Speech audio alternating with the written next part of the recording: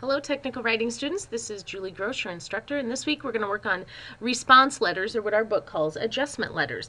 You can look on page 108. That's where it starts talking about them. Adjustment letters or response letters are where companies write back to customers who have written them complaint letters. There are two ways to write adjustment letters. The one is to say, yes, we agree with you and we're going to give you what you asked for.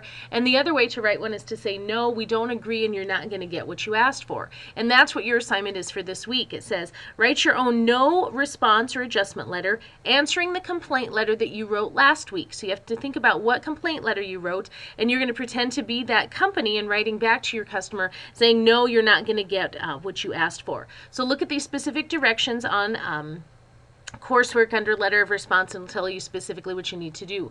There are 5 things in a no response letter that you want to do. They're listed on pages 111 and 114.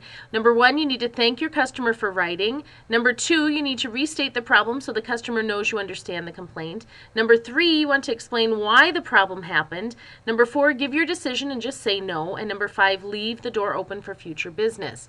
The rubric should be listed there in my MTI for you. It tells you, again, this is a 50-point assignment. You need to have these 5 things, again, I just mentioned for that response letter for your 25 points, the content points, and then the other 25 points come from these sections as well, just like the other letters that we've written in class. I'm going to show you an example of a response letter that's not a very good one, and we'll talk a little bit about why. Some of the things are good here.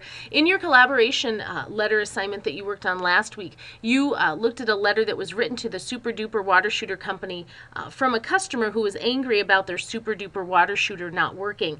And this is the response back to that customer from the company. Okay, some things that are done well. The logo and the letterhead look really good. If you look up here, you're going to make something up like that for your letter this week.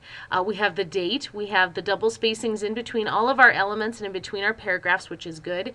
Here the inside address is written to a customer, so there's not going to be 5 lines like we normally have. Usually we would have, after this line with the name, we would have the person's job title and the company they work for, but since this is to a consumer or customer, we don't have that. We have our salutation or greeting here, dear Ms. Clark, with a colon, and then at the end we have our complimentary close and our signature line with the signature in between. The letter is vertically centered, which means we have the same amount of white space at the top of the letter up here as we do at the bottom down here, and that's a good thing. So let's look at the paragraphs here a little bit. In your book, when we're talking about a no response letter, if you look on page 111, it says the first thing you want to do is thank your customers for writing, and it's okay to also say you're sorry that something bad happened with the product. On 112 and 113, they show you that in both of those letters. It says they thank them for writing, and then they say they're sorry about what happened with the product. This paragraph doesn't do that in the example. If you look, it says, we received your letter where you complained about your Super Duper water shooter. You had problems, but I cannot help you as the error was yours. The writer should have thanked the customer for writing and stated that the company was sorry for the problem or difficulties. Something else you don't want to do in a no response letter is start right off the bat saying that the answer is no. You want to save that for a little bit further into the letter. You don't just want to say no right off the bat. You also don't want to talk down to your reader. Here it says where you complained, and then we'll get into that a little bit later. You still want to stick with the you attitude, and you want to be very, very favorable to your customers, so hopefully they'll come back and buy things from you again. In paragraph 2, the things that you should be looking at doing are, it says number 2 on page 114, state the problem carefully to reassure the customer you understand the complaint. And number 3, explain what happened with the product or service before you give the customer a decision, okay? Number 4, then you give the decision without hedging. All of those things can be done in paragraph 2.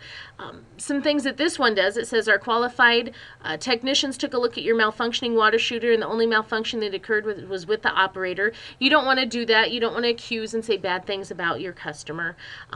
It talks about, however, if a person were to tamper with the tubes, the device that attached the tubes to the fire mechanisms would be dislodged. You tampered with the tubes. You don't want to do that.